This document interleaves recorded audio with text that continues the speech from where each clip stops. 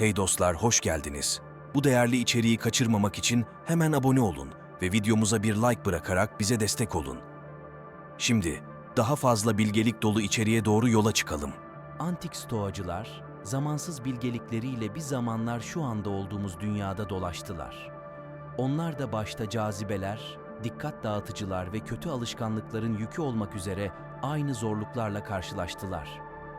Ancak size şunu söylesem, onlar modern mücadelelerimizi yönlendirmemize yardımcı olacak bir rehber, bir plan bıraktılar. Hoş geldiniz, alışkanlıklarınıza yaklaşma şeklinizi devrim niteliğinde değiştirebilecek 10 stoacı sırrına. Eğer alışkanlıklarınıza esir olmaktan yorulduysanız, amacınızla ve direncinizle dolu bir yaşama adım atmaya hazırsanız doğru yerdesiniz. Ancak derinlere dalmadan önce size bir meydan okuma. Eğer burada yeniseniz, o bildirim zilini çalın ve ciddi bir değişiklik istiyorsanız abone olun. Ve büyümeye kararlıysanız bir niyet üzerine odaklanın.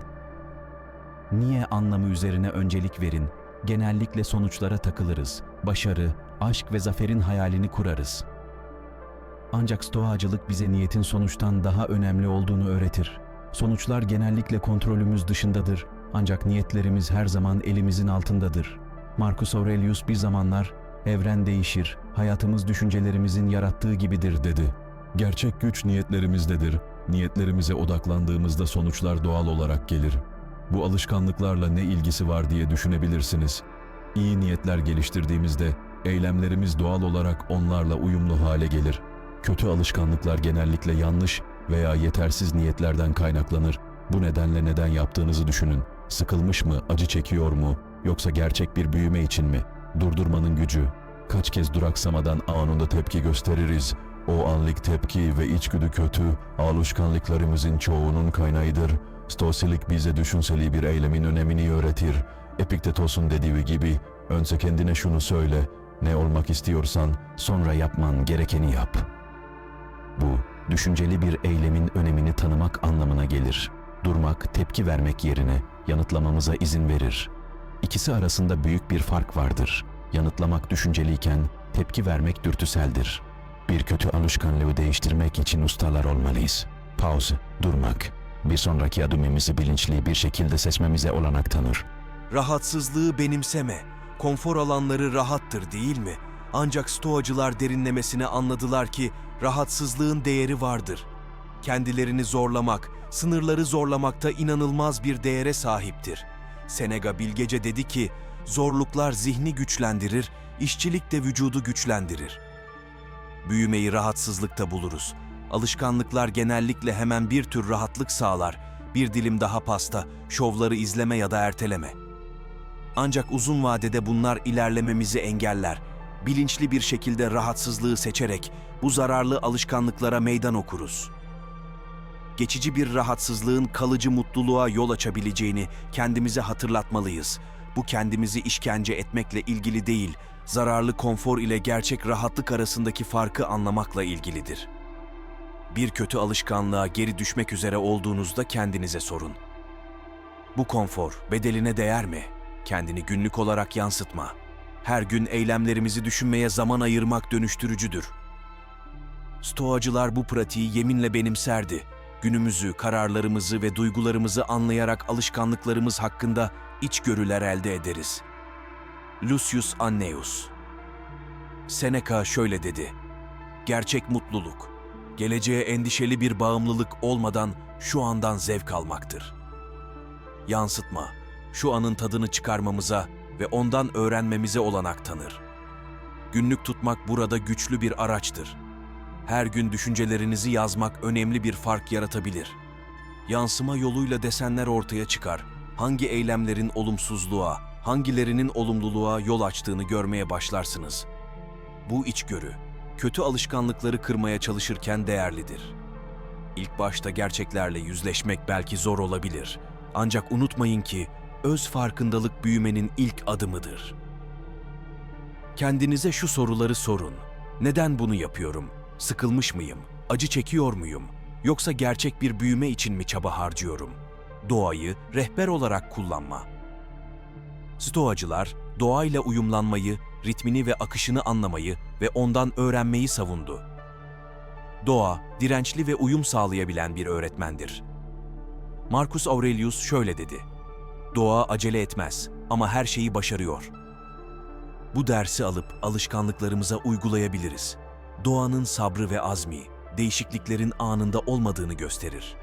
Doğayı gözlemleyerek, kötü bir alışkanlığı değiştirmeyi bir tohumu ekmek gibi düşünebiliriz.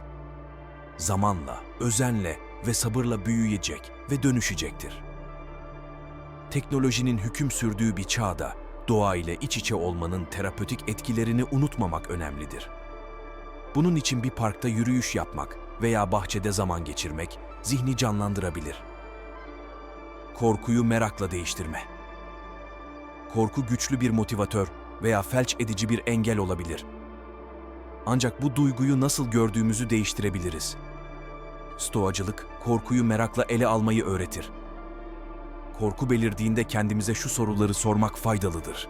Neden korkuyorum, bundan ne öğrenebilirim? Bu yeniden çerçeveleme, Epiküros'un bilgece dediği gibi, bizi üzen şeyler değil, onlar hakkındaki yargımızdır. Perspektifimizi değiştirmek, sorunları değil, çözümleri görmemize yardımcı olabilir. Bir kötü alışkanlıkla yüzleştiğinizde altında genellikle bir korku bulunur. Belki de başarısızlık, yargı veya değişim korkusudur. Bu korkuya merakla yaklaşmak, çözümleri değil, sorunları görmekle sınırlı olan korkunun aksine çözümleri görmemize yardımcı olabilir. Karmaşıklık yerine basitliği değerlendirme, ilerlemenin düşmanı bazen karmaşıklıktır. Bazen düşünce veya eylemleri o kadar fazla abartırız ki hedeflerimizi kaybederiz. Stoacılık, basitliğin güzelliğini öğretir. Seneca'nın dediği gibi, hayatın ne kadar uzun olduğu değil, ne kadar iyi olduğu önemlidir. Özü, miktar değil, niteliktir. Basit eylemler, günlük alışkanlıkları değiştirmek için büyük değişikliklere yol açabilir. Bir alışkanlığı kırmak için devasa ve bunaltıcı hedefler belirlemek yerine neden küçük adımlarla başlamıyorsunuz? Günlük alışkanlıkları değiştirmenin zor olduğu bir dünyada özde kalmak ve gerçekten önemli olanlara odaklanmak daha etkili olabilir. Kendi kendine şefkati önceliklendirme. Kötü alışkanlıklarla savaşırken en sert eleştirmenimiz olmak kolaydır. Her hata veya hata için kendimizi eleştirebiliriz. Ancak Stoacılık daha nazik bir yaklaşımı önerir. Marcus Aurelius'un şu sözleri bu düşünceyi özetler. Sabah kalktığında şunu düşün: yaşamak, nefes almak, düşünmek, keyif almak, sevmek bir ayrıcalıktır. Bu ayrıcalığı kendimize aşırı derecede zorlayarak boşa harcamamak önemlidir. Setbacks, başarısızlıklar, sürecin bir parçası olarak kabul edilmelidir. Takıldığınızda kendinizi suçlamak yerine kendinize nazik sözler sunun. Bu, tembellik yapmanızı değil, büyümenin iniş çıkışlarıyla başa çıkmanın farkına varmanızı sağlar. Mükemmeliyetçilik çağında her hata büyütülebilir, bu yüzden stoik bir yaklaşımla kendimize sevgi göstermek, bir arkadaşa gösterdiğimiz sevgiyi göstermek önemlidir. Şimdiyle ilgilenme, dikkat dağıtıcılar her yerde. Cihazlarımızın sürekli uğultusundan günlük yaşamın taleplerine kadar genellikle burada, şu anda olmak zor. Ancak stoacılık şimdi olmanın güzelliğini vurgular. Seneca şöyle der: "Daha çok hayal kırıklığı yaşarız, hayal gücümüzde, gerçek hayatta değil." Şu anın içinde durmak, gereksiz acıdan kaçınmamıza yardımcı olabilir. Kötü alışkanlıkları değiştirmeye çalışırken, çabalarınıza tamamen odaklanmak faydalı olabilir. Her seçim, her eylem ve her düşünce üzerinde bilinçli olmak, netliği sağlayabilir.